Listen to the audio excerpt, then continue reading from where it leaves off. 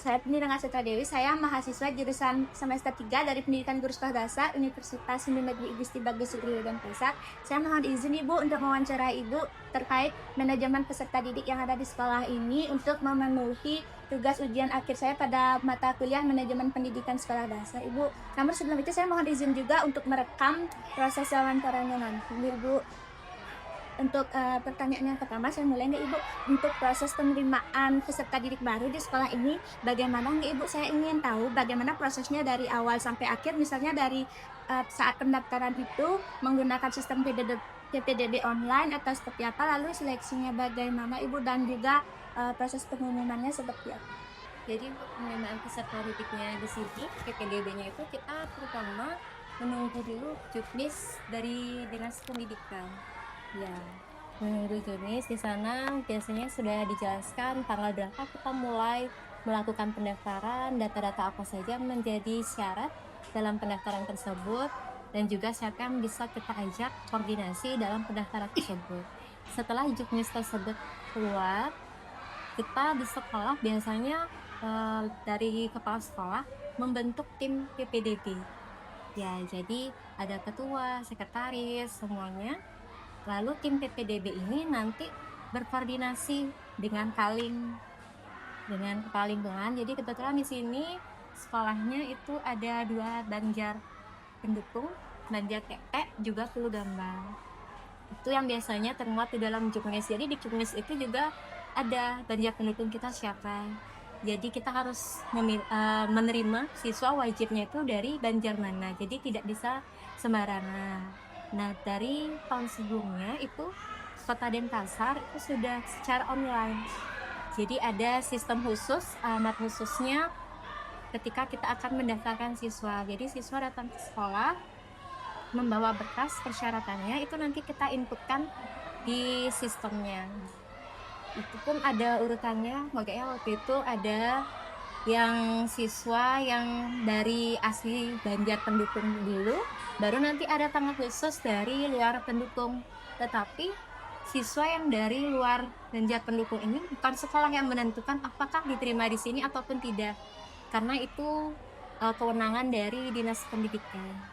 Ya, nanti pengumuman pun kita mengikuti tanggal yang ada pada juknis tersebut. Semuanya kita biasanya sudah digital, pengumuman melalui media sosial sekolah, ada Facebook, Instagram. Ya, ketika siapa yang sudah diterima, itu baru kita buatkan WA grupnya, yaitu melanjutkan ke dalam MPLS kegiatan.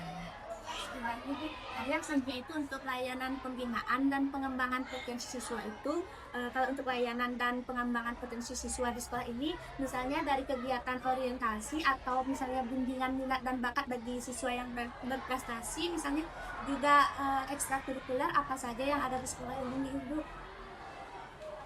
Kalau minat dan bakat siswa itu biasanya di awal semester kita ada yang namanya asesmen diagnostik awal. Jadi ada asesmen diagnostik kognitif untuk pengetahuan siswa, kita ingin tahu seberapa kemampuan awal siswa.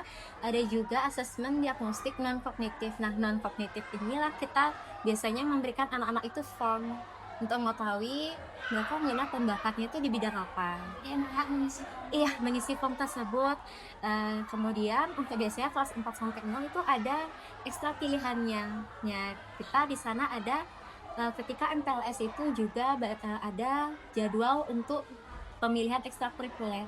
Jadi di sana kita mencari tahu siswa siapa saja yang ikut ekstrakurikuler A, B, dan C. Setelah itu baru pembinaan ekstra sesuai dengan jadwal yang telah ditentukan. Dan juga untuk yang selanjutnya itu tentang sistem penilaian sikap dan perilaku dari siswa itu bagaimana prosesnya Ibu? Apakah menggunakan observasi guru atau jurnal sikap, atau setiap guru masing-masing pelajaran itu menilai masing-masing dari setiap jam milik kelas? Kalau untuk sikap anak itu semua guru menilai, tidak hanya di dalam pelajaran tetapi juga di luar jam pembelajaran. Jadi guru itu punya catatan khusus tentang kelakuan siswa di kelas ataupun di luar, dan samping itu sekolah juga ada yang namanya jurnal TPPK. Ya, jadi kejadian khusus apa yang terjadi di sekolah itu kita catat di dalam jurnal TPPK tersebut.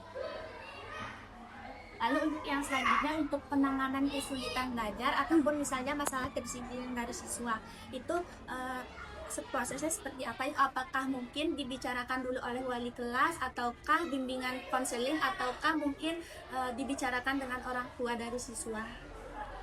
Jadi untuk masalah terkait siswa, jadi itu tergantung dari tingkat permasalahan yang dialami siswa tersebut. Pertama tentu kita lakukan pembimbingan individu terhadap siswa. Jika masih belum ada perubahan atau tingkatnya memang sudah lebih tinggi, itu kita biasanya memanggil orang tua. Kita melakukan pemanggilan pada orang tua.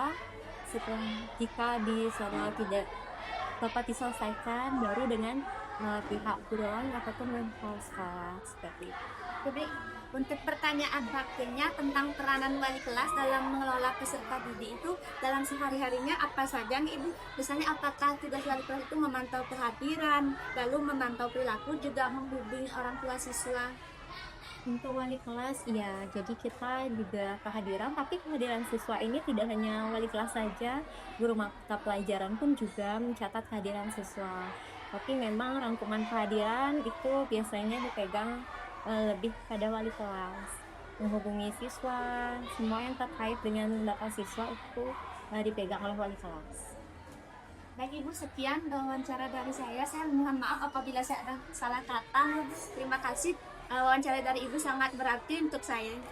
Sama-sama.